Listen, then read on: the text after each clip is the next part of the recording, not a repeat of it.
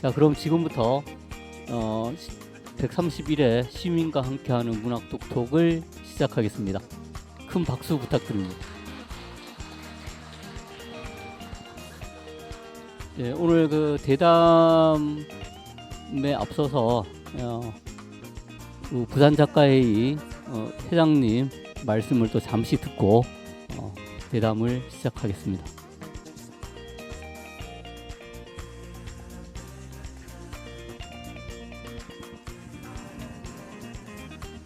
예, 반갑습니다. 소개받은 김영학김입니다. 이거 뭐 매번 인사말 하러 나오는데 이제 오늘이 마지막인 것 같습니다. 올해가 이제 올해도 이제 한 보름 채 안 남았죠. 안 남았고 오늘 문학 톡톡 행사도 저희들 올해인 또 마지막 행사이기도 하고 또 한편으로는 또 제가 이제 2년 임기로 이렇게 회장을 맡았는데 그 임기 내 마지막 또 문학 톡톡 행사이기도 해서 상당히 좀 의미가 있는 것 같습니다. 문학 톡톡 행사는 저희들 이제 부산문화재단에서 이렇게 지원을 받아서 부산 작가의 회의와 함께 부산에 있는 작가들의 작품들을 신간들을 중심으로 해서 시민들과 만나는 또 정기적으로 만나는 유일한 북 콘서트입니다. 이거 1년에 저희들 10번 행사를 하거든요. 10번 행사하는데 이게 참 쉬운 작업은 아닌 것 같고요. 그래서 오늘 또 마지막 행사이기도 해서 제 임기에 그래서 뭐 이 자리 아니면 또 이렇게 또 소개하기 힘들 것 같아서 그동안 또 고생하신 분들이 참 많습니다. 그래서 이거 한 달에 한 번씩 하지만은 이게 행사를 준비하는 사람들은 금방금방 이렇게 돌아오거든요. 그래서 상당히 좀 부담도 되고 좀 많이 힘든 그런 작업들입니다. 일단 우리 저기 요 차고비 시인 계시는데 이 지역문화위원장이십니다. 이 행사를 전체적으로 주관하고 기획하시는 분입니다. 박수 한번 부탁드리겠습니다. 그리고 또 이제 저희들 사무처에서 이 행사에 자잘한 모든 것들을 다 이렇게 준비하고 또 행사를 또 정산도 하고 또 이렇게 고민들을 합니다. 여기 사무처장님 박수 한번 부탁드리겠습니다. 이유 사무처장입니다. 또 저 뒤에 우리 사무차장님 나혜경 소설가입니다. 박수 한번 부탁드리겠습니다. 그리고 요 뒤에 보면 이게 뭐 웹 포스터도 있고 이게 디자인을 하잖아요. 이게 신생에서 이렇게 하는데 원장이 세 모셨습니까? 박수 한번 부탁드리겠습니다. 네.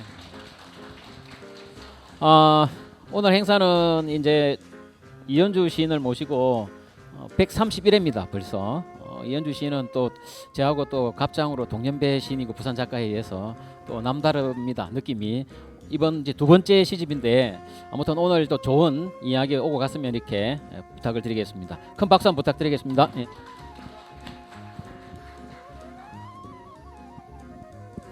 네, 그 오늘 그 이야기를 나누게 될 시인은 이은주 시인입니다. 시집 보셨겠지만 초록 눈부신 소란. 오늘 좀 소란스럽게 많은 이야기가 오갔으면 좋겠습니다. 특히나 이 시집에 실려 있는 사진 한번 보셨나요? 그리고 포스터에 있는 사진도 한번. 그리고 오늘 연출도 그렇게 하신 것 같은 옷도 똑같이 이렇게 연출을 하신 것 같습니다. 아주 멋있죠. 특히나 또 시집에서 보면 무지개 연대에 대한 그 이야기도 나오거든요. 성소수자 문제. 그 옷도 알록달록 무지개 연대 같은 그 느낌으로 오늘 좀 연출하신 것 같은 생각이 좀 듭니다. 이은주 시인부터 각자 이제 자기 소개를 하는 시간을 가지도록 하겠습니다. 자기 자랑 많이 하셔도 괜찮으니까요. 소개 부탁드립니다. 반갑습니다.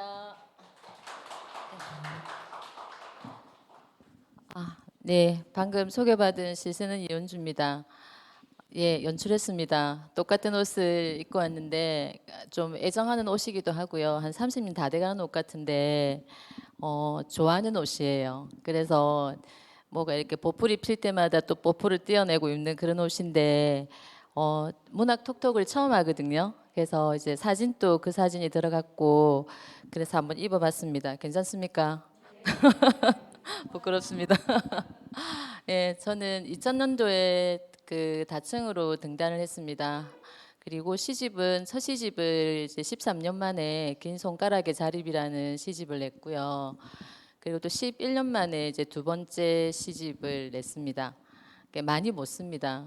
그래서 이제 쓸 때마다 좀 잘 쓰려고 애를 쓰긴 하는데 묻고 나면은 늘 다른 분들도 마찬가지겠지만 늘 좀 부족한 것도 있고 이제 부끄럽기도 한데 이런 좋은 자리에 이렇게 또 쓸 수 있는 기회가 또 시집을 묶어야 가능한 거니까 또 행복감으로 느껴집니다. 그리고 2020년도에 저희들이 코로나 바이러스 팬데믹을 겪으면서 그 시대가 좀 마무리될 쯤에 또 비상계엄이라는 느닷없는 일을 또 겪고 지금 또 그게 이제 계속 수사 중이죠. 그러면서 지극히 평범한 일상이 얼마나 행복한 건가를 그때 많이 깨달았던 것 같아요. 그래서 올해 12월 마지막 또 저녁 이 시간에 이렇게 평온하게 좀 즐거운 시간을 맞이하게 된 게 얼마나 큰 행복인가를 느끼고 있습니다. 오늘 문단의 선후배님들 그리고 시 공부하시는 분들 이렇게 또 새로 뵙게 되는 분들 또 친구도 와줬는데 좋은 시간 되었으면 좋겠습니다. 감사합니다. 예, 다음으로 그 알토란 독서회에서 오늘 나오셨습니다. 그 알토란 독서회에 대해서 홍보도 좀 하시고 자랑도 좀 많이 해주시고 두 분 한번 소개 좀 부탁드리겠습니다. 반갑습니다. 저는 알토란 동아리 초대회장을 맡았던 손윤숙입니다. 먼저 부산작가회에서 주최하는 문학독도 행사에 참여하게 되어서 너무나도 우리 회원들을 대표해서 제가 너무나도 영광스럽고 감사하다는 인사 말씀드리고 싶습니다. 감사합니다. 저는 사실 대인권 보호적이 좀 있어서 이 자리가 정말 불편합니다. 그래서 오는 내내도 지금도 떨려서 말을 하기가 사실 힘든데 좀 부족한 면이 있더라도 너그러운 마음으로 좀 봐주시면 감사하겠습니다.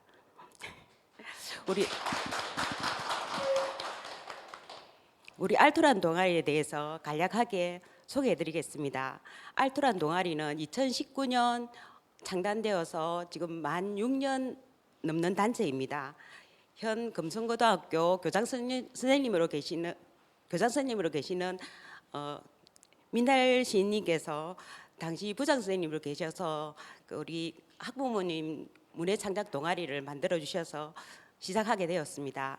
지금은 우리 회원들 재학생 학부모님과 졸업생 학부모님 한 20명 정도가 활동하고 계십니다.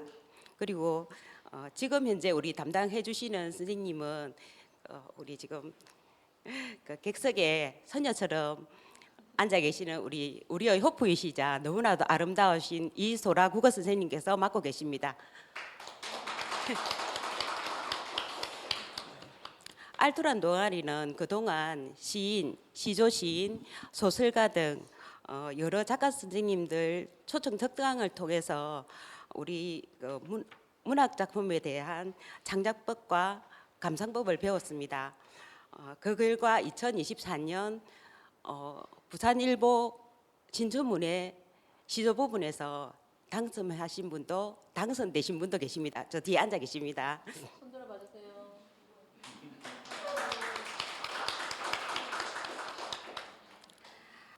그리고 오늘 이 행사는 우리 회원 모두에게 문학에 대한 감동과 열정이 배가 되는 매우 귀하고 뜻깊은 자리가 될 것이라고 생각됩니다. 감사합니다.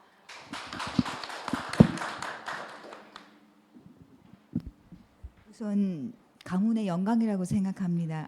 한 달 전부터 심장이 벌렁벌렁거리고 기대가 설레는 마음으로 하루를 오늘 밤을 어떻게 지낼 수 있을까 걱정을 많이 했는데 막상 여러분들과 만나니 반갑고 또 시인님 만나니 또 나이하고 저하고도 같아서 더 설레는 마음을 금치 못하겠습니다. 오늘 뭐 실수가 많더라도 이 좋은 시간을 가지게 해주신 우리 민달 교장 선생님과 소라 선생님께 다시 한번 감사드리고 여러분과도 좋은 시간을 갖고 싶습니다. 감사합니다. 그 알토란 독서회에서 이번 그 톡톡을 위해서 준비를 굉장히 많이 하셨다고 제가 전해 들었습니다. 그래서 가능하면 제가 개입을 많이 하지 않고요. 우리 두 분 패널 선생님들 이야기 많이 듣고 그리고 또 객석에 앉아 계신 분들 객석이라고 생각하시지 말고 같은 패널로 참여를 좀 해주셨으면 감사를 드리겠습니다. 첫 질문은 그냥 제가 먼저 한 개 던지고 뒤로 살짝 빠지도록 그렇게 하겠습니다. 이제 이은주 시인께서 지금 두 번째 시집을 내셨잖아요. 첫 번째 시집을 낼 때랑 두 번째 낼 때 어떤 것이 좀 달라졌는지 그리고 또 첫 번째 시집에서 주목했던 것과 두 번째 시집에서 주목했던 것들은 또 어떤 것이 있는지 두 번째를 내고 나니까 또 기분이 어땠는지 가벼운 것들 말씀 부탁드리겠습니다. 가볍지 않은 질문 같은데요. 어, 어, 첫 번째 시집은 조금 전에 제가 말씀드린 것처럼 등단하고 13년 만에 첫 시집을 냈습니다. 등단하고 한동안 시를 못 썼어요. 그러니까 먹고 사는 일도 바쁘고 힘든 일이 좀 많았습니다. 그리고 시가 포기가 안 돼서 그러니까 늘 숙제 같이 시를 안 쓰고 있으니까 숙제 같이 남아 있어서 이제 안 되겠다 생각하고 이제 다시 마음을 잡고 문단에 나오고 그러면서 시를 조금씩 서서 묶었습니다. 첫 번째 시집은 여기 계신 분들 중에 읽어본 분도 계시겠고 대부분 못 읽어보셨을 것 같은데 많이 어두워요. 그리고 그 첫 번째 시집 같은 경우는 시선이 제 안쪽으로 제 내면을 향해 있었기 때문에 어렵다는 이야기도 많이 들었고요. 그리고 사실은 시라는 장르가 가지고 있는 게 심기 딱 좋습니다. 저는 그렇습니다. 그래서 제가 쓰고 싶은 이야기, 나의 이야기와 그리고 세상을 향해서 내가 가지고 있는 질문들을 조금 숨기면서 쓸 수 있는 시였다고 생각해요. 첫 번째 시집은 그렇게 묶고 나서도 좀 보기가 좀 많이 힘들 때도 많았습니다. 두 번째 시집은 앞부분에 제가 시의 말에도 이제 좀 적어놓은 게 있는데요. 그 제 마음을 빗질하고 난 뒤에 이제 세상 밖으로 좀 나갈 수 있을 것 같은 그리고 그 시선이 조금 세상 밖으로 향해졌어요. 그게 제가 이제 보기에 좀 잘 웃는 편이거든요. 그리고 성격이 굉장히 밝아 보여요. 근데 대부분의 글 쓰시는 분들이 그럴 것 같은데 혼자 있는 거 굉장히 좋아하고 사회 밖에 나가서 생활하는 거 굉장히 힘들어해요. 그런데 참 잘해요. 제가 생각해도 그냥 그게 이제 다른 사람이 나한테 이렇게 해줬으면 좋겠다고 생각하는 것처럼 제가 다른 사람에게 하면 되겠구나라는 생각을 가지고 이렇게 사회생활을 하고 있는데 그러면서 이제 조금씩 그러니까 사회상과 소통하는 것들이 어떤 건가를 생각하게 되고 그러면서 두 번 시집을 묶었거든요. 묶으면서 알게 된 게 아마 읽어보신 분들은 알겠지만 시가 결이 좀 다른 시편들이 한 권에 묶였어요. 그래서 그런 것들이 조금 그 묶는 과정에서도 이렇게 묶어도 될까 그런 고민들 좀 많이 했습니다. 많이 했는데 이 또한 그 나의 삶에 지나온 길이고 그래서 세 번째 시집은 좀 더 잘 묶어야지라는 마음으로 묶었거든요. 첫 번째 시집을 냈을 때는 마음이 참 무거웠는데 두 번째 시집은 일부러 제목도 조금 환하게 붙였습니다. 출판사에서는 우리는 알면서도 자꾸 망각하고 낭만했습니다라는 시 제목을 했으면 좋겠다고 권했어요. 시 구절에 그 구절이 있거든요. 제가 이제 잠잠하게 이렇게 조용히 있으니까 아이고 하시고 싶은 대로 하세요 이러시더라고요. 함순례 선생님이. 그래서 감사합니다 하고 이제 이 제목을 썼는데 두 번째 시집 묶고는 조금 편해요. 그냥 앞으로 세 번째 시집을 뭘 묶을까 이제 고민도 좀 하게 되고 네 그렇습니다. 제일 어려운 질문이십니다. 네. 아유 그래도 재밌게 잘 들었습니다. 지금부터 그 우리 알토란 독서의 이옥경 선생님이랑 송윤숙 선생님 두 분이 좀 주도적으로 대담을 이끌어 나갔으면 좋겠습니다. 지금부터 시작을 해주시면 고맙겠습니다. 손윤숙 선생님. 네. 오늘 그 우리 초록 눈부신 소란에 대한 전체 시집에 대한 감상을 먼저 말씀드리도록 하겠습니다. 이은주 시인님의 시집에는 초록 눈부신 소란에 이 책을 읽으면서 제가 시 감상 능력이 부족해서인지 이해하기가 어려운 작품들이 다소 있다는 느낌을 받았습니다. 조금 전에 선생님도 좀 어렵다는 이야기 하셨는데 너무 철학적이고 심오한 주제들이 담고 있는 작품들이 다수 있기 때문에 그렇지 않았을까 이런 생각이 듭니다. 그리고 시집 전체를 살펴본 후에 모든 시들이 공통적으로 지향하고 있는 점들을 나름대로 발견할 수 있었습니다. 인간이 아닌 존재들, 곧 자연이나 작은 생명들, 그리고 평소 우리가 그냥 지나치기 쉬운 장면들의 시선을 두는 것 같다는 생각도 했습니다. 그리고 시집을 읽고 난 후는 세상은 생각보다 조용히 하지만 동시에 살아 움직이고 있다는 그런 점을 깨닫게 되었고요. 각각 다른 소재의 다른 장면을 담고 있지만 모두 같은 시선과 질문 이런 공유가 시집 전체에 하나의 맥락으로 이어지고 있다는 생각도 했습니다. 이 시집의 언어는 전반적으로 꾸밈이 많지만 담백하면서도 그렇다고 가볍지 않고 오히려 읽고 난 후에 내 마음속에 너무 많이 남아서 생명과 일상을 대하는 것이 시집 전체에 연관되어 드러나는 것 같았습니다. 그리고 시집은 하루에게 눈길을 끄는 시집이라기보다는 읽을수록 의미가 쌓이는 시집이라는 그런 생각을 가지게 되었고요. 초록 눈부신 소라는 시집 전체가 하나의 차분한 세계관을 완성했다는 이런 느낌, 깊이 있는 시집이라고 나름대로 의미 부여를 해보았습니다. 맞게 했는지는 모르겠지만 제 나름대로 그렇게 생각을 해봤습니다.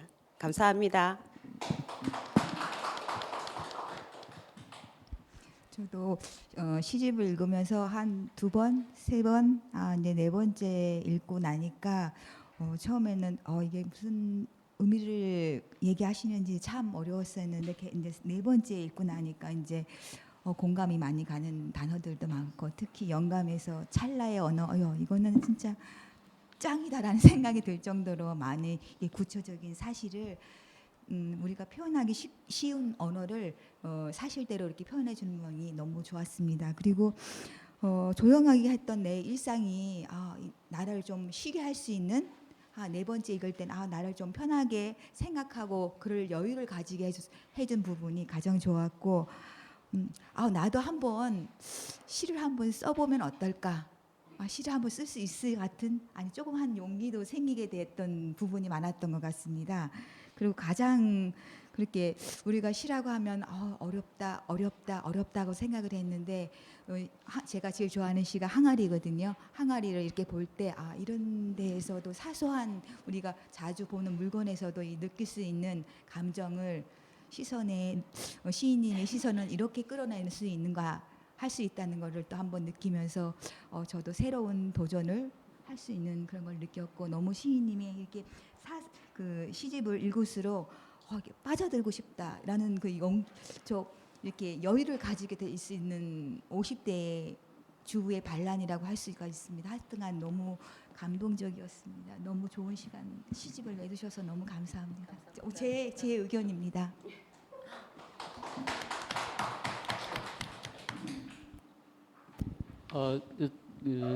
손윤숙 선생님 시집 보시면서 일단 제일 마음에 들었던 시 한 편 같이 읽어주시고 그 작품에 대한 이야기 한번 다 같이 앉아 계신 분들하고 같이 한번 이야기를 한번 나누어 보죠. 어떤 시를 한번 읽어주실 건가요?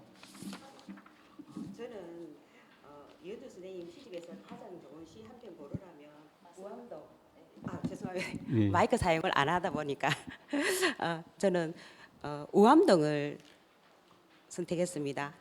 64쪽입니다.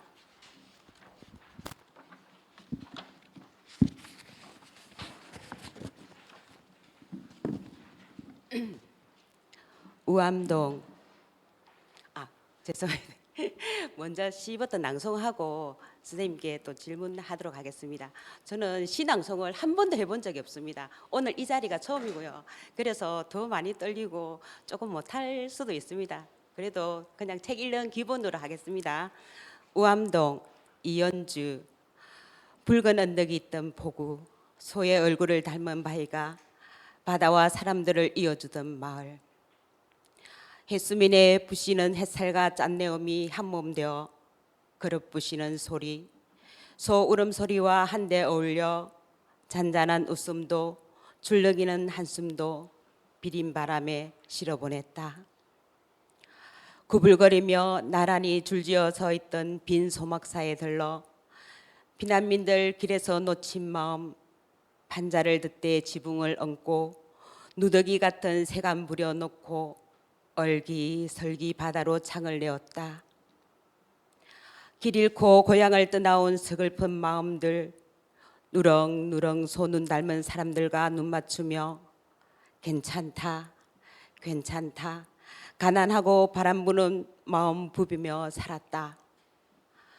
지금도 백고동 울리고 사연 많은 짐을 실은 하물선들이 뱃머리 부두에 고단한 몸 부려놓고 쉬어간다. 해질녘 붉은 마음 모여 앉아 숟가락 달가닥거리던 시간, 그 밥상, 그 소리, 그 냄새로 한 생을 채우며 그때 그 사람들 정박등처럼 붉게 깜빡이며 여전히 살아가고 있는 우암. 감사합니다. 우암이라는 시는 정말 아름답다는 말이 어울릴 정도로 너무나도 멋진 작품이라고 생각됩니다. 분위기가 어조와 너무나도 정감이 가고 내 고향 마을의 유년 시절에 대한 추억 같은 그런 애틋한 정서가 감명을 더해줘서 더 좋았던 것 같습니다. 저는 잘은 하지 못하지만 섭작을 하는 시인 지망생으로서 앞으로 우암동 같은 시를 한 편 쓰고 싶다는 꿈을 가지고 있습니다. 이연주 선생님께서는 가장 이상적이라고 생각하시는 시가 어떤 시인지, 어떤 시를 쓰고 싶으신지 알고 싶습니다. 네, 감사합니다. 신앙송 너무 잘하시는데요. 그렇지요. 그 습작하고 계시다니까 되게 반갑습니다. 그 시가 주목받지 못하는 시대고 그럼에도 불구하고 시를 쓰는 사람들이 있다는 게 동지처럼 느껴져서 참 고맙다는 생각이 들거든요. 우암동이라는 시를 좋아해 주시는 분이 좀 있으시더라고요. 그래서 이런 시를 계속 써야 되겠구나 이런 생각을 했습니다. 그리고 우암동에 오래 살았습니다. 태어난 곳은 아니고 그 이제 결혼해서 아이를 키웠던 곳 그리고 오랫동안 살았던 곳이라서 이상하게 지금 이사를 가서 이곳에 안 사는데 한동안 운전을 해서 집에 갈 때 꼭 우암동을 들려서 갔습니다. 김유신의 말도 아니고 간성의 법칙인지 이상하게 그 길로 자꾸 가시더라고요. 그 앞에 부두가 혹시 아시는지 모르겠지만 앞에 부두가 있어요. 옛날에 6.25 전쟁 당시에 피난민들이 많이 살았던 곳이고 실제로 골목골목을 다니다 보면 굉장히 좁은 골목에 다닥닥닥 붙어진 옛날에 소막사였다고 제가 알고 있습니다. 해질녘에 그 바다 쪽으로 해가 질 때 부두에 화물선들이 많고 컨테이너 박스가 굉장히 많습니다. 그리고 지금은 사람을 실어 나르는 사람이 타고 가는 기차가 아니라 화물을 싣고 다니는 군용 철도로 이용되고 있어요. 그건 안 없어진다더라고요. 전쟁 시 사용해야 된답니다. 그래서 이제 출퇴근길에 버스 정류소에서 트럭을 실어 나르는 것도 본 적 있어요. 그 굉장히 초현실적으로 느껴졌어요. 그 바다와 그 기차의 트럭이 탱크가 실려가는, 트럭이 아니고 탱크가 실려가는 모습, 그리고 바쁘게 출퇴근하기 위해서 정거장에 서 있는 사람들, 이런 풍경들, 그리고 해질 때 집으로 귀가할 때 이래 보면 그 굉장히 사람들이 고단한 삶을 이끌고 살아가는 그 모습이 떠오르면서 저도 그렇게 살았고요. 이제 그러면서 그 모습이 굉장히 위로가 됐어요. 위로가 되고, 제가 따뜻한 시를 별로 잘 못 쓰는 사람인데 그때 그 장면들을 잡아서 한번 써본 시거든요. 그리고 제가 가장 이상적이라고 생각하는 시는 많은 시인들이 그렇게 생각할 겁니다. 제가 쓴 시가 누군가의 마음에 가닿기를 바라는 시, 이런 시가 아마 가장 쓰고 싶은 시고 가장 또 좋은 시라는 생각이 듭니다. 어려운 시든 뭐 쉬운 시든 누군가의 내면에 닿아서 공명을 할 수 있다는 거는 그 시인에게 굉장히 큰 행복이겠죠. 그래서 선생님이 우암동 시를 낭송해 주셔서 정말 기쁩니다. 그래서 그런 누군가에게 어느 누구 한 사람의 마음 속에서라도 공명할 수 있는 시를 쓰고 싶고, 그게 가장 좋은 시가 아닐까 생각이 듭니다. 그리고 앞으로 쓰고 싶은 시는 그래요. 이제는 좀 제가 힘든 시절에 제를 도닥거리는 시를 썼다면, 지금은 이제 타자에게 열린 마음으로 함께 손잡고 갈 수 있는 시를 좀 쓰고 싶고요. 그리고 요즘 관심을 가지는 건 좀 그래요. 그냥 제가 인간인데 우리는 동물이잖아요. 동물인데 이 지구상에는 정말 많은 생명체가 살고 있는데 그냥 인간들만 복닥복닥거리면서 아웅다웅 사는 것 같고, 그리고 많은 기후위기가 온 거, 환경을 파괴하는 이런 것들이 인간이 저지른 어떤 그런 잘못된 행동들을 어떻게 하면 조금이라도 늦추고 다시 회복할 수 있을까, 뭐 이런 생각들에 좀 관심이 많습니다. 어떻게 해야 되는지 조금씩 그냥 그 마음을 보태고 있는 일들이 있긴 있습니다. 그게 좀 그런 시를 좀 쓰고 싶어요. 그래서 제목에도 조금 초록이라는 단어를, 어떻게 보면 촌스러울 수 있는데 그런 제목을 일부러 좀 달았거든요. 답이 됐는지 모르겠습니다, 선생님.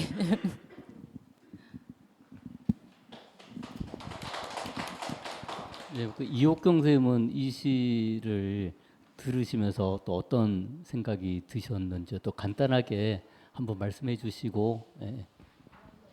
마이크를, 예.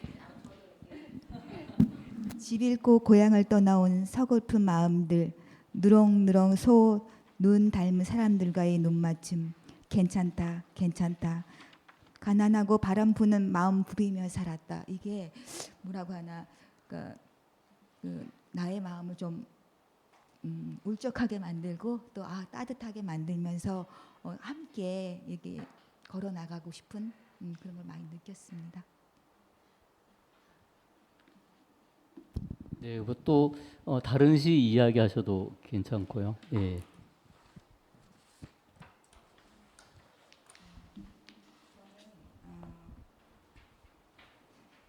이은주 시인님의 항아리를 마음이 깊이 새겨서 한번 해보겠습니다. 항아리, 이은주, 36페이지입니다.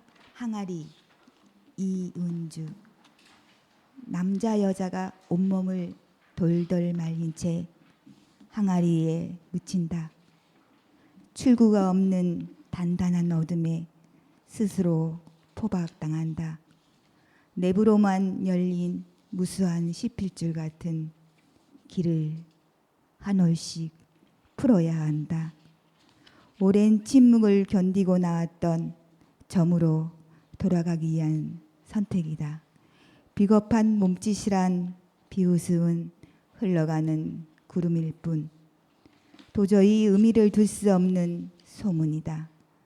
무성한 외부의 소음은 흙으로 소환해야 한다. 빛도 울림도 없는 검은 미진의 공간으로 흘러가 끝내 사라져야 하는, 그러나 거기서부터 기필코 시작이다.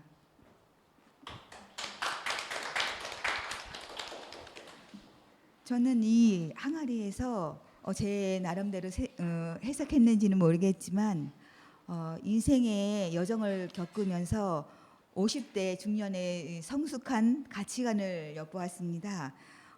또 이은주 시인님과 제가 좀 동년배입니다. 동년배라서 그런지 집에서는 엄마로서 그리고 아내로서 이렇게 각박하게 또 사랑도 주면서 또 사회에 나와서는 그 수많은 구속과 책임감을 다해 나가면서 그 대한 성찰과 뭐라고 되나 명상을 통해서 나름대로 이렇게 헤쳐 나가시는 모습, 그런 모습에서 가장 공감이 많이 왔고, 또 마지막 구절에서 거기서 기필코 시작이라는 표현은 제 마음을 강하게 느끼고 흔들게 했어요. 아, 지금부터 나도 무엇인가 할 수 있다.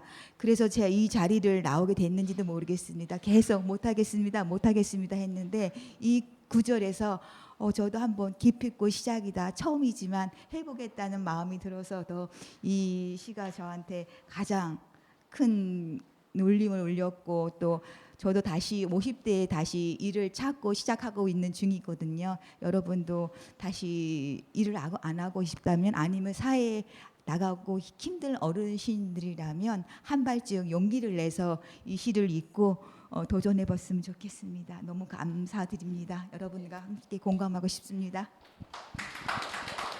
오늘 무한한 칭찬이 아마 계속 쏟아질 것 같은 느낌이 듭니다. 손은숙 선생님은 이 시를 또 어떻게 보셨는지 잠깐 들어보겠습니다. 네, 이 작품은 닫힌 공간과 열린 내면의 대비를 통해 서늘한 긴장감을 느끼게 하며 빛과 소리의 부재는 고립 속에서 스스로를 돌아보고 정하는 시간을 보여주는 것 같았습니다. 저도 뭐 저 나름대로 해석을 했기 때문에 잘하고 있는지는 모르겠지만 흐릿해지는 형상과 무성한 소음들을, 그리고 불안과 상실 뭐 이런 감정에서 섬세하게 전해지고 끝이 아닌 시작이라는 암시 때문에 그런 결말 때문에 정말 이 항아리가, 저도 정말 저는 이제 60대지 나이가 좀 많습니다. 60대지만 이런 뭐 지금 여기에 보면 거기서부터 기필코 시작이다, 이런 결말 때문에 저도 이 나이에 뭔가를 시작할 수 있을까. 그래서 저는 늦은 나이에 제가 대학이라는 학교에 도전을 하게 됐습니다. 지금 어느덧 4년이라는 시간이 흘러서 이제 내년에는 졸업을 하게 됐는데 너무나도 잘 선택했다는 생각을 하면서도 또 졸업을 하면 또 뭔가에 도전하고 싶다, 이런 생각을 하고 있어요. 정말 저는 이 항아리를 읽으면서도 이런 것도 제 마음하고 똑같이 시인님도 그렇지 않을까, 그런 생각을 하게 되었습니다. 뭔가에 도전하는 것은 늘 좋은 것이고, 이런 암시하는 결말 때문에 우리가 좀 절제하고 뭐 언어가 좀 부족하더라도 뭐 우리 마음속에 많은 여운을 남기지 않을까, 이런 생각을 하게 됐습니다. 감사합니다. 대인 공포증이라고 하시는데 엄청 준비를 많이 해오신 것 같습니다. 말씀도 잘하시고 이 시에 대해서 이은주 선생님 또 한번 말씀해 주시고, 또 특히 이 작가들은 본인들의 시집에 실려 있는 시들 한 편 한 편 다 소중하고 애정하시잖아요. 그 중에서 진짜 애정하는 시 한 편을 또 저희들에게 들려주시고 이야기 한번 해주시면 감사드리겠습니다. 네, 항아리는 그 50대에 쓴 건 아니고 조금 젊었을 때 쓴 겁니다. 그 좀 쓴 지 오래된 시인데요. 이게 그 항아리는 그 우리 예전에 온감묘 있었잖아요, 그치? 항아리 그 독 그게 그래서 그러면서 항아리는 숨 쉬는 독이잖아요. 그래서 뭔가 생명을 상징하기도 하고 그리고 그 항아리라는 것 자체가 어떤 어머니의 자궁을 상징하는 것 같기도 하고 좀 그런 생각들을 좀 하고 있었어요. 그래서 항아리가 가지고 있는 의미가 어떤 삶과 죽음의 어떤 순환을 다 담고 있는 숨쉬는 무덤이라는 생각을 어느 순간 한 적이 있습니다. 그러면서 항아리라는 제목으로 시를 쓴 겁니다. 그러면서 우리가 이게 어머니의 자궁으로 다시 들어갈 수는 없지만 우리가 항상 힘든 일이 있거나 이럴 때 자기 스스로 회복하는 힘을 가져야 되고 그런 것들을 좀 항아리에 비유해서 이제 쓴 시거든요. 그래서 마지막에 그 이옥경 선생님도 말씀하신 것처럼 그러니까 아마 이게 뭐 그러나 거기서 기필코 시작이다라는 것은 저 스스로에게 거는 이제 주문과도 같은 거였거든요. 이 구절에 선생님이 용기를 얻으셨다니까 진짜 기쁩니다. 저는 제 스스로에게 그는 체면이고 주문이었는데 이게 또 누군가에게 조금 힘이 될 수 있었다니 기쁩니다. 예, 그리고 제가 가장 애정하는 시를 말씀하셨는데요. 다들 좀 많이 부족한 시입니다. 시고 그 고르기가 좀 보면 그거를 한번 볼까요? 70쪽에 초록의 안부 있습니다.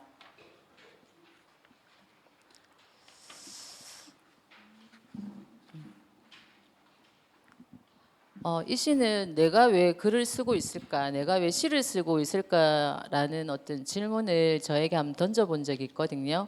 저는 아직도 쓰는 일보다 읽는 일이 재밌습니다.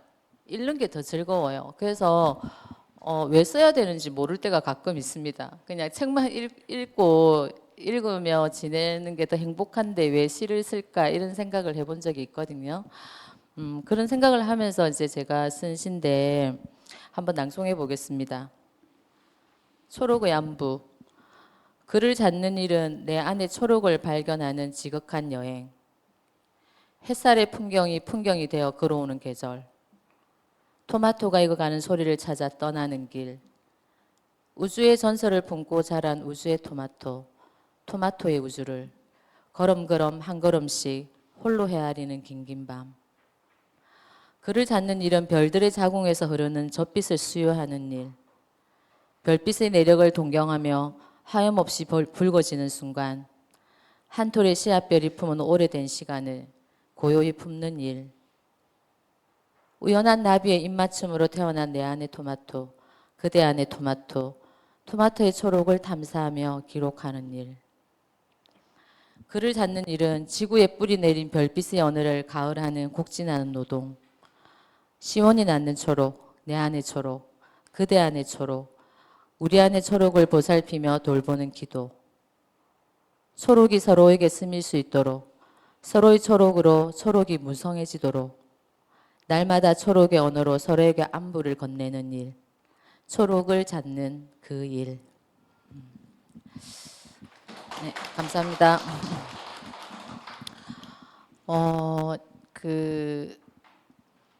인간이 가지고 있는 다른 동물과 좀 다른 게 미지에 대한 호기심, 탐험 이런 게 있잖아요. 우리가 우주를 향해서 끊임없이 위성을 쏘고 우주선을 날려보내는 건 그 우리의 시원이 어디인가를 찾고자 하는 호기심에서 비롯되었다고 생각을 합니다. 우주에 대한 관심이 많아요. 제가 지금 이 나이에 우주 비행사가 될 수는 없는데 아이들하고 수업하면서 이제 제 꿈을 선생님은 너희들 나이였으면 우주 비행사를 꿈꿨을 것이다 이런 이야기를 하면서 우주에 대한 상상력에 대한 이야기를 참 많이 하거든요.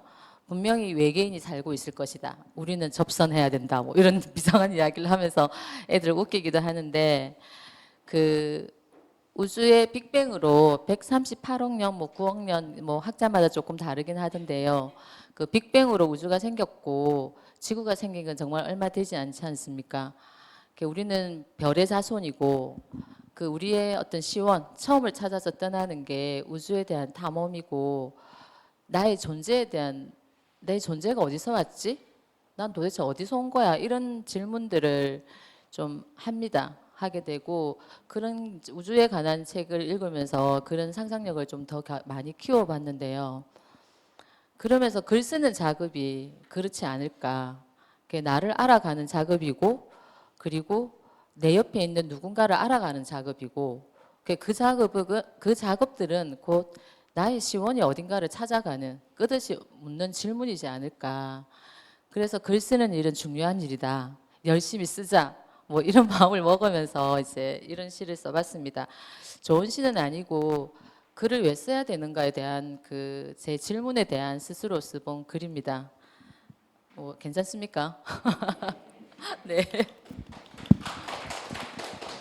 네, 그 앉아 계신 분들 중에 이 초록의 안부 어떻게 보셨는지 이야기해 주실 분이 계시죠?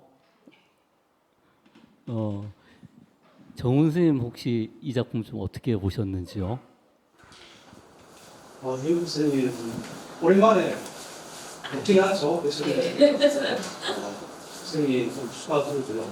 예전 시집을 받았는데 진사가 보면 그래서 의견을 들어가지고 음악에 잘 받았던 우리 모습을 했었죠. 정관동이라는 시를 읽고 이런 생각을 했습니다. 그런데 시의 성취도나 작품성을 말씀드리고 또 이제 생뚱하게 독일 사람은 이렇게 합니다. 우리는 무엇을 알 수 있는가? 그리고 우리는 무엇을 해야 한다? 그리고 우리는 무엇을 희망할 수 있는가? 윤리적인 측면, 종교적인 측면, 신문적인 측면, 세 가지 물음을 가진 상태는 똑같은 거가 있습니다. 그러니까 위라는 말이 신이라는 걸 얘기를 하면 신은 무엇을 알 수 있고 무엇을 해야 하고 무엇을 희망할 수 있는가 이런 생각을 잠시 해봤는데요. 우암동 같은 경우는 저도 물론 그 추억의 쓰레기 이해했습니다.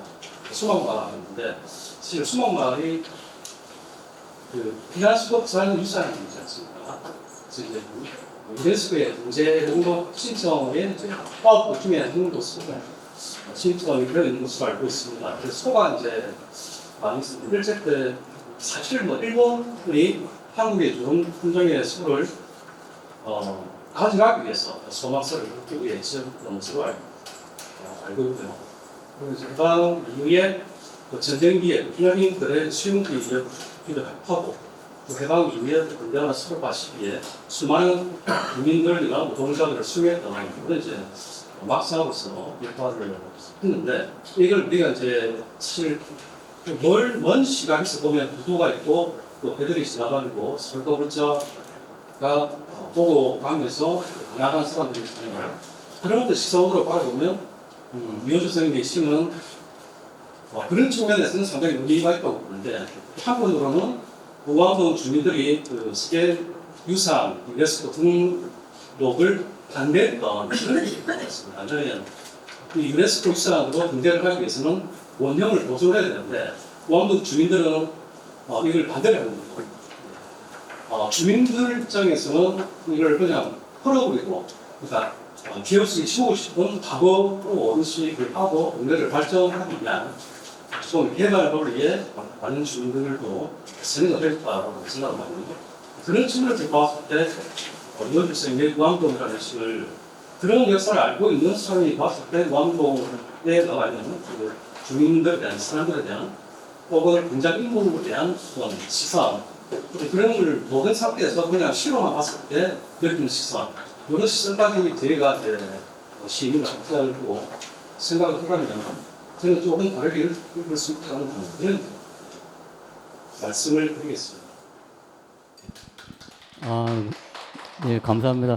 사실 미리 짜고 한 건 아닌데 굉장히 고마운 말씀을 많이 주신 것 같습니다. 특히나 그 생태에 관심을 가지고 있는 시들이 대체적으로 보면 굉장히 많은 것들을 봉합해 버리는 방식으로 매끈하게 가버리잖아요. 아마 그런 부분에 대한 어떤 그 정훈 선생님의 날카로운 촉이 아닌가. 결국은 다투고 거칠게 또 삐걱대고 하는 이런 장면들이 실제로 이 많은 시들에서 필요한 부분이기도 한데 특히 생태의 시선을 많이 갔을 때 너무나 많이 매끈하게 처리한다라는 그런 부분인 것 같기도 하거든요. 이 부분에 대해서도 이준주 선생님 뭐 말씀을. 문화유산으로 지금 등록하려고 하는지는 이제 오늘 처음 알았네요.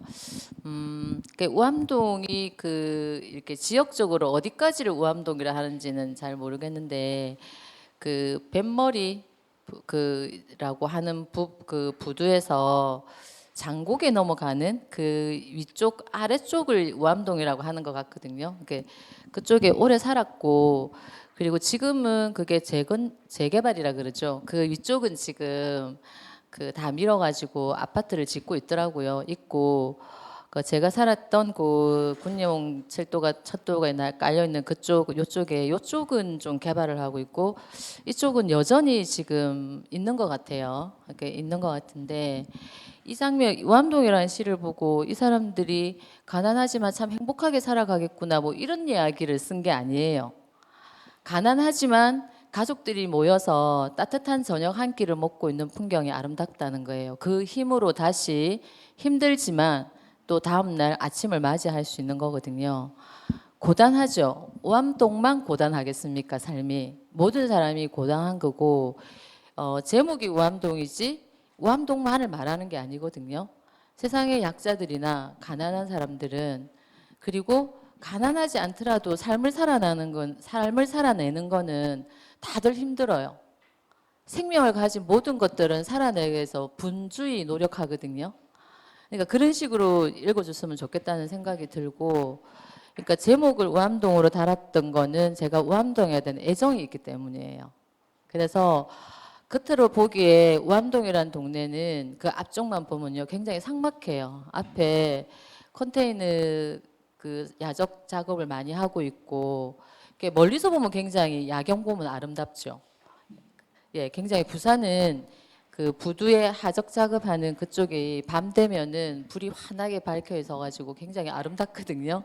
그러나 그 속에 들어가서 보면 굉장히 위험한 일도 많고 고단한 사람들의 노동이 있는 곳이에요. 그는 거기뿐만 아니라고 생각하거든요. 어디든 우암동은 있죠. 그리고 어디든 그럼에도 불구하고 따뜻한 밥 한 끼를 먹으면서 숟가락 부딪히면서 다음 날을 준비하는 거죠. 그런 의미로 이제 섰습니다. 그리고 문화유산으로 지정되는 건 참 의미가 있는 것 같은데요. 그러면은 조금 더 자세하게 이야기해 보자면 그러면 지금 거기를 삶의 터전으로 살고 있는 분들의 의견이 가장 중요합니다. 우리 공동체에서 거기가 문화유산으로 지정되는 게 굉장히 자랑스럽고 의미 있는 일이지만 기존에 그게 있는 삶의 터전을 이루고 있는 사람들을 내쫓아서는 안 돼요. 거기는 굉장히 작은 집들이고 어떤 거는 진짜 한두 정도밖에 누울 수밖에 없는 공간에 살고 계신 분들도 있지만 그곳은 그분들에게는 굉장히 안전한 곳입니다. 그래서 현대그룹의 정주영이 와서 마지막으로 그 앞부분에 재개발하려고 하다가 포기하고 갔던 곳이라는 이야기를 하더라고요. 이제 맞는지 안 맞는지는 모르겠습니다. 그래서 문화유산으로 그죠? 지정될더라 하더라도 그런 자국과 동시에 그 삶의 터전을 가지고 있는 사람들의 의견을 먼저 들어봐야 되지 않을까요? 네, 그런 생각이 듭니다. 네.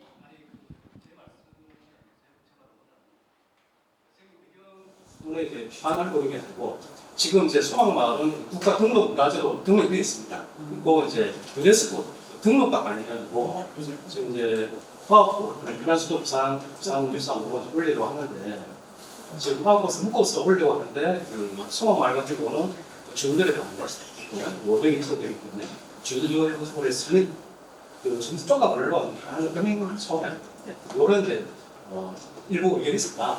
이런 이제 현실을 그러니까 보고 나서 우암동이나 시를 봤을 때 그런 생각을 떠올리는 독자들 이 시가 내뿜고 있는 따뜻한 정단미 아무리 척박한 그런 현실이라고 하더라도 따뜻한 밥 한 끼를 나눠 먹으면서 행복을 느끼는 그런 시적인 유토피아라고 생각해요.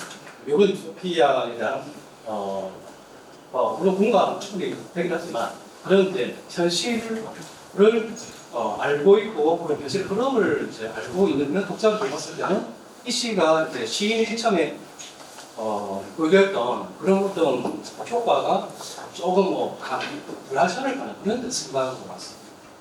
오해 없으실 것 같아요.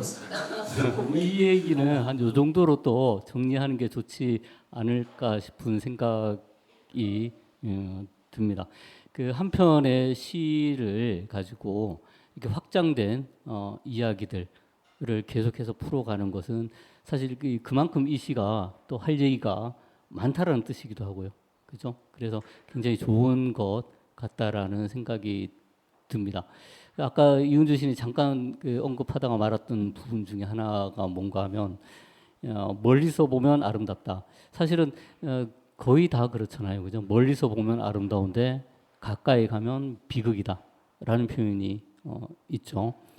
시인들이 가져야 될 기본적인 시선과 태도가 아닐까. 그런데 그것은 시인들뿐만이 아니라 모든 인간이 기본적으로 지녀야 될 태도이기도 한 것이죠. 자, 한 이 정도로만 정리를 또 하고요. 이 앉아 계신 분 중에 또 시 한 편 낭독을 준비하신 분이 계셔서 또 같이 한번 들어보는 시간 가지도록 하겠습니다.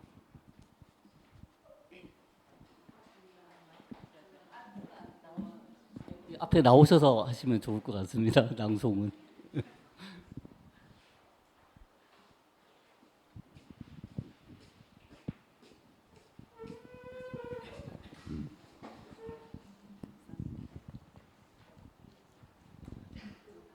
금송고등학교 알토란 독서의 회원 김호분입니다. 반갑습니다.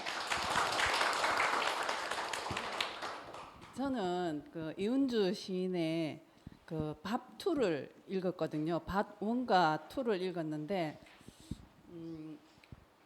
사실은 밥이라 하는 거는 우리가 평상시에 없어서는 안 될 것이고 늘 곁에 있는 것이라 별로 생각을 깊이 안 했습니다.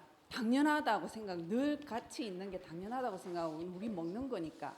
근데 이 시를 보면서 시인의 눈에는 이런 게 이렇게 비치는구나, 이런 글로서 표현을 하시는구나 하는 그런 생각을 하면서 조금 경이롭기도 했고, 사실은 너무나 평범한 이야기인데도 좀 경이롭기도 했고, 그래서 조금 부러웠습니다. 그래서 밥투를 한번 읽겠습니다. 밥투.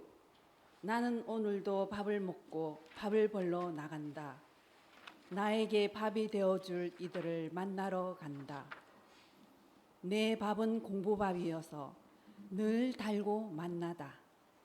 나는 내 밥에게 더운 찬밥이 되기 위해 따뜻한 말을 주머니에 가득 담아간다.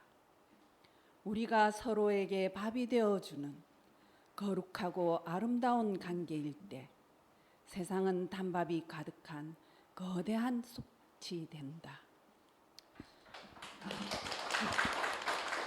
이걸 이래서 보면 서로 부딪히고 막 또 토닥거리 주면서 서로가 서로에게 밥이 되어주고 또 보채기도 하고 그런 걸 보면서 또 투에서는 저는 이 구절이 참 마음에 들었어요. 나는 내 밥에게 더운 찬밥이 되기 위해 따뜻한 말을 주머니에 가득 담아간다. 나 이걸 읽으면서 이 저자 참 사랑스럽네. 귀엽다. 어떻게 이런 생각을 했지? 나는 그러면 무슨 뭐지? 이런 생각을 하면서 나는 잘하고 있는 걸까? 내 주머니에는 이 따뜻한 밥이 얼마나 장전되어 있을까? 가만 생각하니까 좀 분발해야 되겠더라고요. 저는 뭐 공부밥보다도 그냥 밥을 나눠주는 걸 좋아합니다. 사실은. 그래서 집에는 제가 사실은 살림하는 사람은 아닌데 그 주방의 도구들은 가장 솥도 크고 진짜 식당에서 쓰는 그런 솥도 있고, 왜냐하면 그렇게 해야지 제가 줄 수 있는 사람들한테 다 나눠줄 수 있으니까 좀 그런 무모한 짓을 좀 많이 하는 편이거든요. 그래도 이 시를 보면서 내가 좀 많이 부족하구나, 좀 더 장전을 해야 되겠다, 그런 생각을 좀 했습니다. 그리고 좀 마지막에 세상은 단밥이 가득한 거대한 솥이 된다. 아, 이걸 보면서 나도 여기에 같이 일원이 되고 싶다. 이 솥에 같이 담기고 싶다는 생각. 그러면서 치열하지만 따뜻한 온정을 느꼈습니다. 작가님의 의도와 같은지 그것도 좀 궁금하고 어떤 의도로 쓰셨는지. 그리고 제가 뭐 이 시하고는 상관이 없는데 작가님은 시에 초록이란 단어를 참 많이 쓰시더라고요. 제가 개인적으로 초록을 굉장히 좋아하거든요. 어릴 때 그 숲에서 놀면서 제가 하늘을 쳐다보는 걸 참 좋아했고 어릴 때 지금도 또 그랬는데 하늘에서 그 햇빛이 그 숲으로 떨어지는 그 햇빛을 보면서 그 생각이 아직도 갖고 있으면서 그래서 초록을 좋아하는 것 같아요. 제가 개인적으로도. 그래서 작가님은 어떤 의도에서 이런 초록의 그 의미를 좀 궁금하게 좀 묻고 싶었습니다. 네, 감사합니다.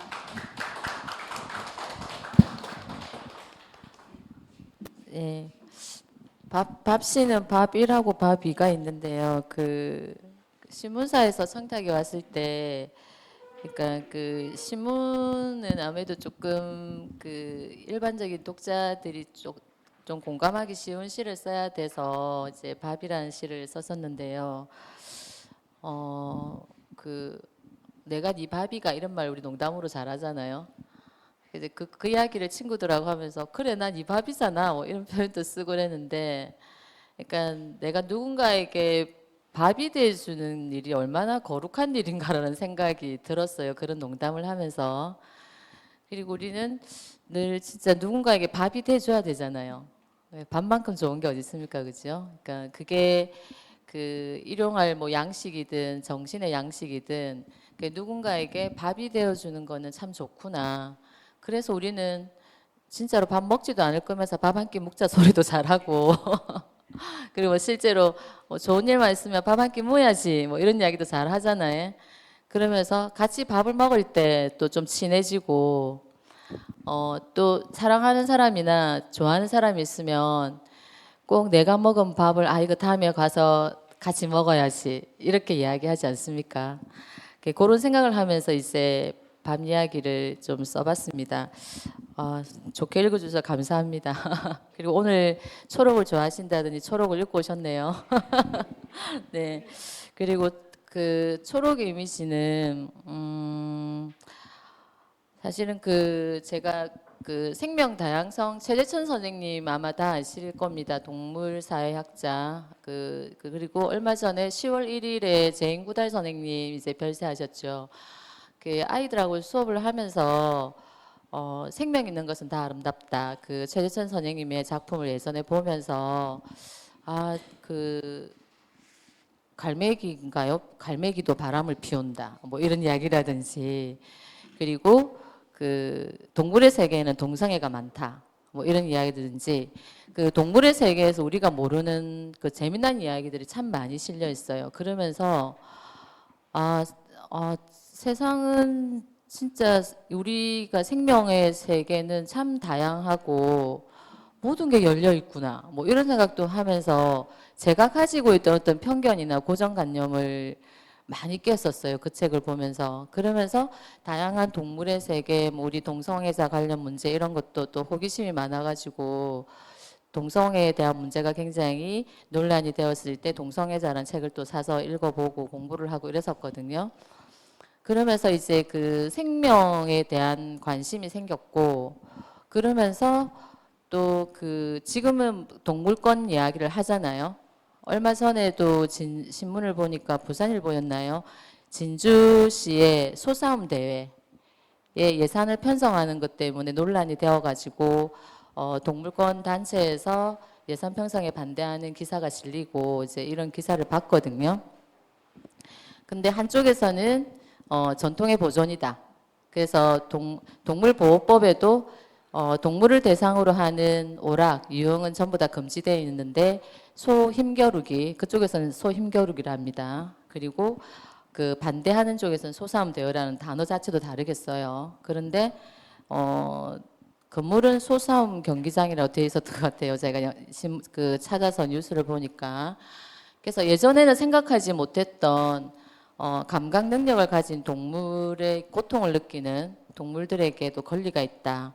그래서 동물권을 주장하는 시대가 되었어요. 그러면서 제가 자연스럽게 이어진 게 식물에 관한 거였어요. 저는 식물권도 주장하는 사람이거든요. 그걸 곰곰이 생각해 보니까 국민학교 때 자연 시간이었는지 중학교 때 그 생물 시간이 정확하게 기억이 안 나는데 선생님이 생물은 식물과 동물로 나눠져 생명이 다 있는데 식물은 심을 식자 움직이지 못해 그러나 생명이야. 동물은 움직일 동자를 써. 이렇게 설명해 주셨던 게 기억이 나요. 그러면서 그러면 식물의 꽃을 꺾으면 내가 걔를 죽이는 거구나 하는 생각을 그때 했던 거예요. 그때 그런 생각을 전혀 안 하다가 그냥 그때 수업 시간에 그걸 들으면서 그러면 동물의 혈액이 있듯이 그 식물에는 수액이 있고 동물에게 혈관이 있듯이 식물에게는 인맥이 있는 거구나 뭐 이런 생각들을 했었던 거예요. 그러면서 그때 생명 의식이 좀 생겼던 것 같고 그런 것들이 이제 씨앗이 대가 있었는데 생명에 대한 관심을 가지고 그러면서 이제 그런 생각까지 가게 됐어요. 그래서 요 시에도 아마 나올 겁니다. 어머니 나무를 찾아서라는 그 책을 보면서 그 벌목에 대한 이야기, 나무를 함부로 벌목하는 그리고 아파트 내에서도 한 번씩 이렇게 나무 전지 작업하잖아요. 이런 것들. 그리고 뭐 밤나무 같은 경우 냄새가 심하다고 한 20년 잘 자란 나무들을 어느 순간 보니까 다 베어버리고 다른 걸 심어 놓고 이런 걸 보면서 굉장히 그 식물 말하지 못하는 그게 아마 또 우리 사회 약자인 목소리 내지 못하는 약자와 약간 동일한 느낌을 좀 받았어요. 그러면서 식물권에 대한 관심도 가지게 되고 그러면서 아마 초록 이미지로 글을 그러니까 써야 되겠다가 아니라 그냥 자연스럽게 그렇게 관심이 이어졌던 것 같아요. 그래서 지금 또 뭐 나무의 세계라든지 제가 뭐 꽃 이름을 잘 알고 나무를 잘 그렇지 않습니다. 않는데 그 식물이 가지고 있는 생명성 그거는 조화와 협력이거든요. 저는 우리 안에 식물성과 동물성이 있다고 생각해요. 양가 감정이 있고 근데 그 식물성이라는 것은 조화와 협력이고 동물성은 욕망과 경쟁이에요. 근데 우리 세계에서 일어나는 모든 폭력이나 전쟁은 그 동물성에 기인하는 거잖아요. 그러면서 그냥 단지 식물이 아니라 우리 속에 있는 어떤 식물성을 깨워내는 거 그게 잘 자라도록 물 주는 거 이런 일들을 이런 걸 시로 쓰고 싶다는 마음을 조금씩 가지게 됐어요. 그러면서 지금 여기서 나오는 거는 그냥 기획했다기보다 그냥 관심이 이어지면서 초록 이미지가 나왔어요. 그래서 두 번째 시집까지는 사실은 시가 오는 대로 그냥 쓴 거를 묶었거든요. 근데 세 번째 우리 가위바위보 할 때도 3-3번 한다 아닙니까? 그래서 세 번째 시집은 좀 뭔가 좀 기획해서 좀 묻고 싶다는 생각을 가지고 있고 아마 이 시집의 3부 쪽에 초록 이미지를 가져온 거는 그 마중물이지 않을까. 이게 또 너무 약속하면 안 되는데 그렇죠? 근데 관심이 글로 이어졌어요. 그래서 우리 속에 있는 그 조화와 상생을 추구하는 어떤 식물성을 자라게 하고 싶고 이제 그런데 물을 줘야 되지 않을까. 그래서 초록 이미지를 가져왔습니다. 답변이 됐습니까? 아마 그 세 번째 시집에서는 아마 식물성에 대한 탐구가 집중되지 않을까 뭐 그런 기대를 하게 됩니다. 그 이옥경 선생님이랑 손윤숙 선생님 준비 많이 해오셨으니까요. 아직 시간이 좀 더 남아 있으니까 질문을 많이 하셔도 괜찮을 것 같습니다. 마이크를 좀 잡아주시면 고맙겠습니다. 저는 시인님이 이렇게 시나 그 생활 속에 있는 그런 소재들을 어디서 이렇게 찾고 아니면 이런 방법 같은 거를 좀 알고 싶습니다. 소재들을 생활 속에서 어떻게. 네. 예, 이 부분은 선생님 질문지를 제가 받았거든요. 근데 선생님 지금 말씀 안 하시는데 시를 어디에서 발견하십니까? 이런 구절이 있어요. 그 구절이 너무 시적이어가지고 제가 한동안 눈길을 한참 머물고 쳐다봤습니다. 그러니까 어디서 시의 영감을 얻는가, 시의 소재는 어디서 가져오는지, 뭐 시를 어디서 발견하세요? 이렇게 저한테 이제 질문을 하셨는데, 그 시인들은 대부분 그냥 조금 섬세한 촉수를 가진 종족들이 아닐까 이런 생각을 하거든요.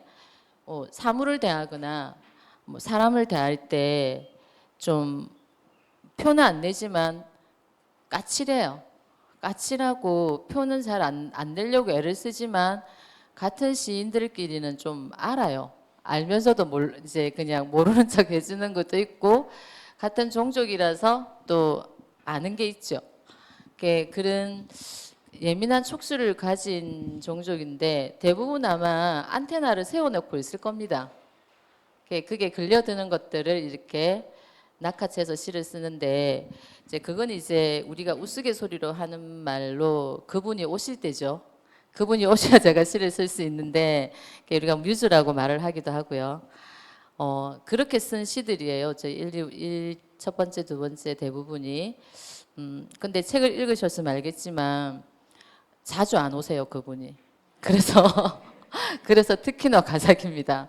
그래서 그분을 만나기 위해서 뭐 가끔씩 좀 술을 마셔보기도 하고 이렇게 그 마음에 꽁꽁 가두던 빗장을 좀 열면 자유로운 영혼이 됐을 때 뭔가 오지 않을까 뭐 이런, 그리고 술을 취했을 때 그 순수한 마음에 그분이 뭐 기다리는 이렇게 하기도 하는데요. 잘 안 오십니다. 그리고 이제 좀 나이가 드니까 술 먹는 것도 좀 힘이 듭니다. 그런데 제가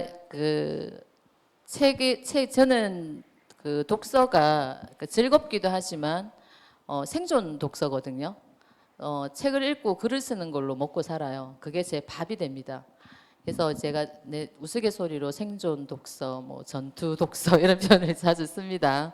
근데 제가 이제 책을 읽다 보니까 그 책은 저자와의 대화이고 또 저자를 통한 나와의 되더라고요. 그러면서 읽을 때 어느 구절에서 눈길이 오래 머무는 구절이 있어요. 그게 단어일 수도 있고요. 어떤 문장일 수도 있고 어떤 상황일 수도 있고 소설 같은 경우는 인물일 수도 있어요. 그러면 그거를 이렇게 크게 별표로 치놓고 나중에 메모를 해놓고 들여다봅니다. 그럼 이상하게 그게 시가 될 때가 많았어요. 그래서 뭔가 책을 읽을 때 그 많은 활자들 중에 제 속에 느낌표나 물음표로 남은 거는 그러니까 제 속에 들어와서 어떤 스파크를 일으켰던 거라고 저는 생각이 듭니다. 제가 가지고 있던 어떤 뭐 알미나 경험, 체험 속에 뭔가 접촉이 된 거죠. 접선이 이루어졌던 것들은 안 잊어버려지더라고요. 그래서 그렇게 시를 쓰는 편이고 또 약간 어쨌든 먹고도 살아야 되고 책도 읽어야 되니 또 시도 쓰고 싶고 그러면 나는 그런 생각도 했습니다. 독서시를 써볼까?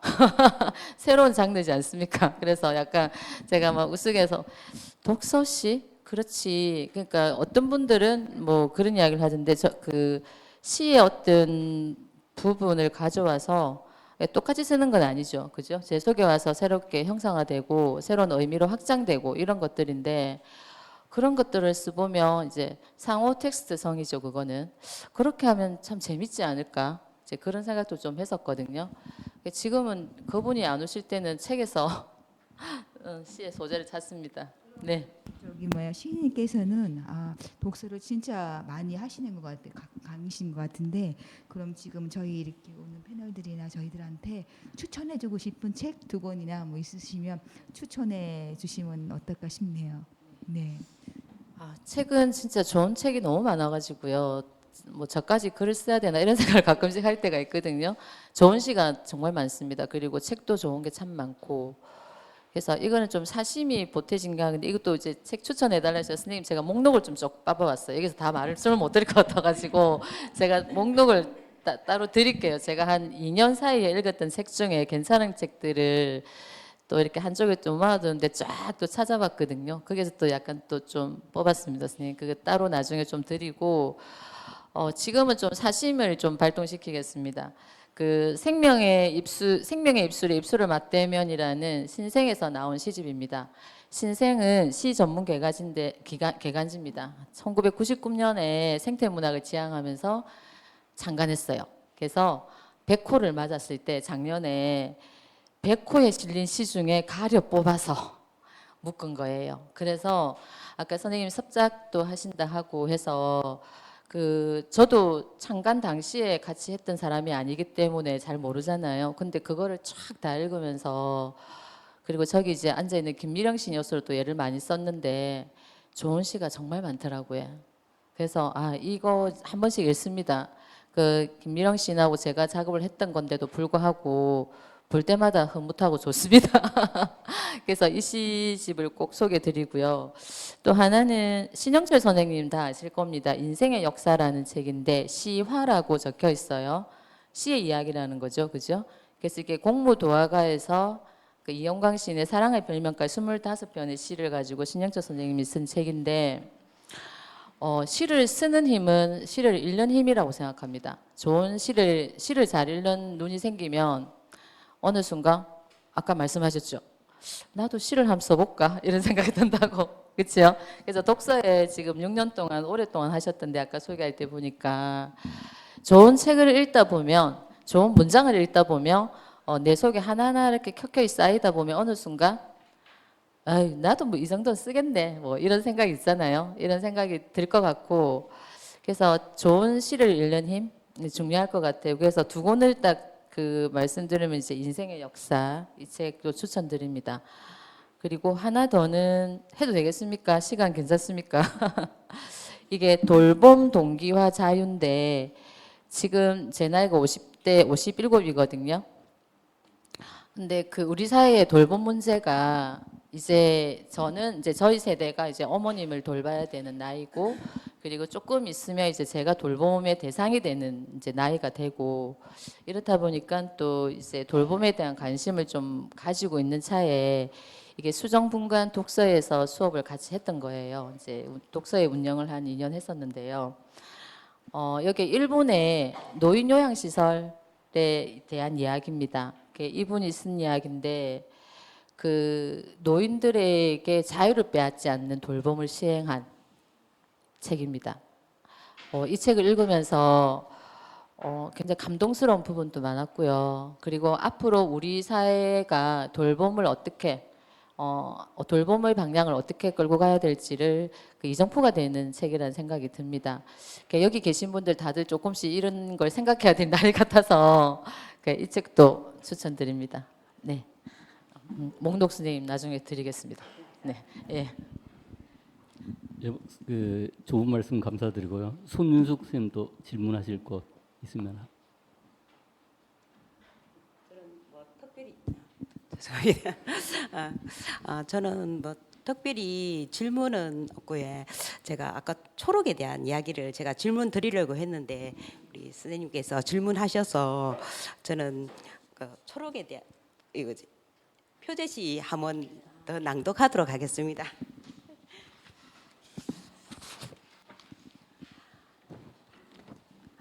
80쪽입니다.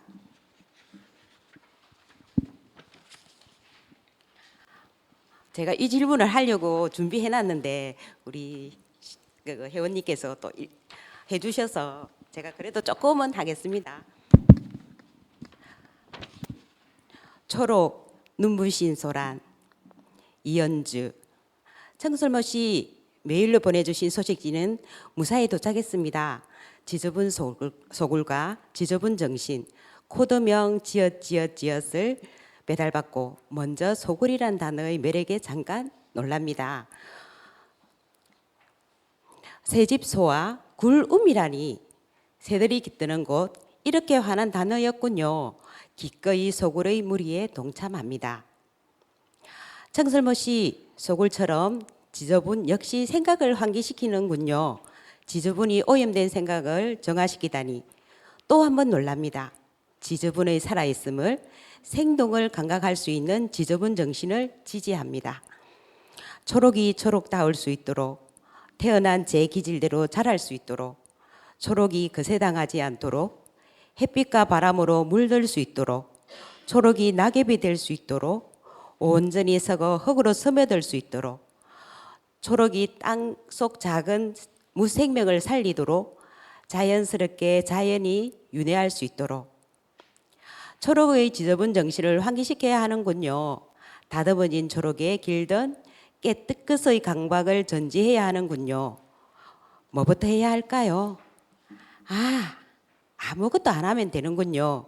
우린 너무 많은 걸 하고 있었군요.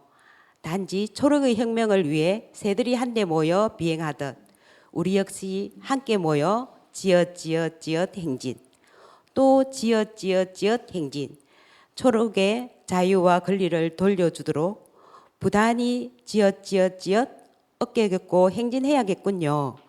청술모 씨, 이 얼마나 눈부신 소란일까요? 초록이 안녕하는 그날까지 청술모 씨의 안녕을 빌며 안녕. 감사합니다.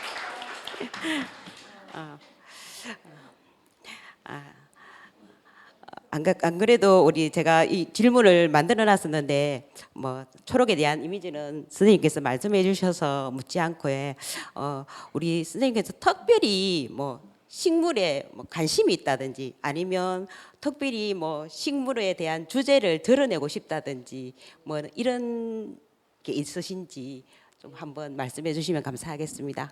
네, 낭송 너무 귀엽게 잘하셨죠? 낭송을 또 다르게 하니 시가 또 다르게 느껴집니다. 예, 요게 밑에 보면 생명다양성재단 청설모 소식 웹레트 지저분 정신과 지저분 속을 식물 이야기 메일을 바꾸라고 이렇게 적어놨는데요. 실제로 메일을 이제 그 생명다양성재단에 조금씩 후원을 하고 있는데 여기에 조그만 요만한 책자가 와요. 이렇게 이름이 하늘다람쥐인데 거기에 이렇게 도시 속에 있는 어떤 살아있는 이렇게 신기한 것들을 찍어서 독자들이 보내주면 그게 조그만 글 써가지고 있는 것도 있고, 그 최재춘 선생님의 뭐 그 새로운 논문의 짧은 이야기가 들어가 있기도 하고, 그리고 생태 도시를 만드는 이야기라든지 이런 자잘한 이야기들이 들어가 있는 책자를 보내주거든요. 그러면서 이제 요 웹 메일로도 소식을 전하는데 어느 날 메일을 열어봤더니 이제 청솔모 씨에게 메일이 온 거예요. 이제 그 연구원이에요. 그 생명다양성 재단에 있는 그분에게 지저분 정신이라는 그리고 진짜 지읒 코드라고 지저분이라고 써놨는데 이걸 보는 순간 그 진짜 이게 머리가 약간 환해지는 느낌이 들더라고요. 자연은 스스로 자의 글을 연이잖아요. 스스로 글을 한 게 자연이거든요. 근데 우리가 너무 많은 이제 인간의 개입으로 인해서 그 생태계가 파괴되는 건데 그 거리에 지금 이제 한참 낙엽이 굴러다니고 햇빛에 부셔져서 가루가 되어서 이렇게 흙 부분을 덮고 있는 것도 보이고 그렇더라고요. 저희 동네 산책로에 그런 거 보면서 그 진짜 우리가 왜 지저분한 꼴을 못 봅니다. 지저분한 꼴을. 근데 이 지저분한 것도 이게 인간의 관점에서 지저분한 거예요. 자연은 나무가 자라면 잎이 떨어지고 겨울을 준비하고 그 나뭇잎이 다시 땅에 이불 역할을 해주고 그게 부스러지면 영양분 역할을 하고요. 그러니까 자연스럽게 순환이 되거든요. 근데 조금 지저분한 그걸 못 참아서 쓸어버립니다. 쓸어버리고 쓸더라도 이렇게 흙 쪽에 흙을 덮을 수 있는 쪽에 놔두면 되는데 또 큰 포대에 이제 너가 다 버리더라고요. 근데 이상하게 올해는 좀 안 그렇게 하대요. 그래서 제가 이게 지저분 소굴이 지금 지저분 저항, 지저분 정찰 뭐 이런 이제 사업이 계속 있었어요. 이게 효과를 발휘하나 이 생각을 제가 웃으면서 이제 혼자 했었는데 생태계에 있는 모든 그 생물들은 다 그 자체로 고유의 존재 가치가 있습니다. 생태계 안에서는. 근데 인간의 관점에서 해충이고 익충이고 분리하는 거죠. 그죠? 그래서 그런 인간은 또 그 중에 진짜 하나의 종이에요. 같은 종이 같은 종을 그렇게 많이 학살하는 유일한 종이기도 하죠. 그래서 그 제가 앞에도 잠깐 말씀드렸듯이 이 생명의 순환 속에서 정말 내가 태어났다가 이렇게 우리가 많이 살아야 100세인데 내 흔적을 최소한 하는 게 잘 살고 가는 거고, 그리고 그 안에서 우리가 아까 말씀드렸던 것처럼 어떤 식물성으로 살아가는 그 순하게 살다 가는 게 좋은 삶이 아닐까라는 생각을 해봤어요. 그리고 아까 정훈 선생님 잠깐 시인이 뭘 할 수 있는가 뭐 이런 질문도 잠깐 하셨는데, 시인은 되게 훌륭한 사람이 아닙니다. 그냥 고민하는 사람이라는 생각이 들고, 근데 그 한 메시지를 통해서 그런데도 희한하게 세상을 바꾸기도 했었어요. 역사적으로 보면 시인은 세상 미래를 내다보고 예지하는 능력이 있었어요. 옛날 시인들요. 열심히 하는. 그래서 그 내가 쓴 뭐 한 편의 시라도 이게 뭔가 이게 감흥이 되고 그 지구를 순하게 만드는, 초록초록하게 만드는데 조금이라도 기여할 수 있기를. 그래서 좋은 시를 쓰는 사람보다 좋은 시를 쓰려고 노력하는 괜찮은 사람이 되고 싶은 거, 그게 제 바람이에요. 시를 쓰는 이유이기도 하고요. 왜냐하면 시를 쓰면서 난 나쁜 사람이 될 거야, 나는 지구에 해코지하고 갈 거야, 이런 사람이 아무도 없거든요. 책을 읽는 사람도 그렇습니다. 독서를 하는 사람들 중에 나는 나쁜 걸 배울 거야 뭐 이런 사람이 아무도 없더라고요. 읽으면서 스스로를 계속 깨죠. 편견과 고정관념을 깨고 좋은 사람이 되려고 노력하는 일이라고 생각을 하거든요. 아직 많이 부족하지만 답이 되는지 모르겠습니다. 네, 선생님 낭송 너무 좋았습니다. 네. 예, 제가 시간을 착각한 줄 알고 시계를 보니까 틀리지가 않네요. 너무 많은 또 열띤 이야기가 오고 가서 사실 저도 열심히 읽고 준비를 좀 했는데 뭐 한마디도 못할 것 같은 생각이 듭니다. 저뿐만이 아니라 앉아 계신 분들도 뭐 하시고 싶은 이야기들이 굉장히 많으시겠지만 또 우리에게 제한된 시간이 있어서 여기서 마무리를 해야 될 것 같습니다. 못다한 이야기는 자리를 옮겨서 계속 이어갈 수 있도록 그렇게 하겠습니다. 오늘 이은주 선생님 말씀 재밌게 잘 들려주셔서 감사드립니다. 박수 한번 쳐주시죠. 그리고 오늘 그 패널로 오신 이옥경 선생님, 손윤숙 선생님께도 한번 박수 한번 다시 한번 주시면 고맙습니다. 그리고 오늘 알토란 독서회 그 회원님들 굉장히 많이 참석해 주셔서 감사드립니다. 한번 박수 한번 또. 그리고 또 제가 이제 톡톡하면서 꼭 그 감사의 말씀을 한 분 또 드리고 싶은 분이 계시거든요. 정한나 선생님이십니다. 우리 출석 100% 하시는 아주 그래서 많은 도움을 주신 우리 정한나 선생님께도 한번 박수 한번. 그리고 오늘 또 이 자리가 빛날 수 있게 참석해 주신 시인, 소설가, 평론가 그리고 독자분들 모든 분들께 감사를 드리면서 다 같이 한번 박수 치면서 마치도록 하겠습니다. 감사합니다.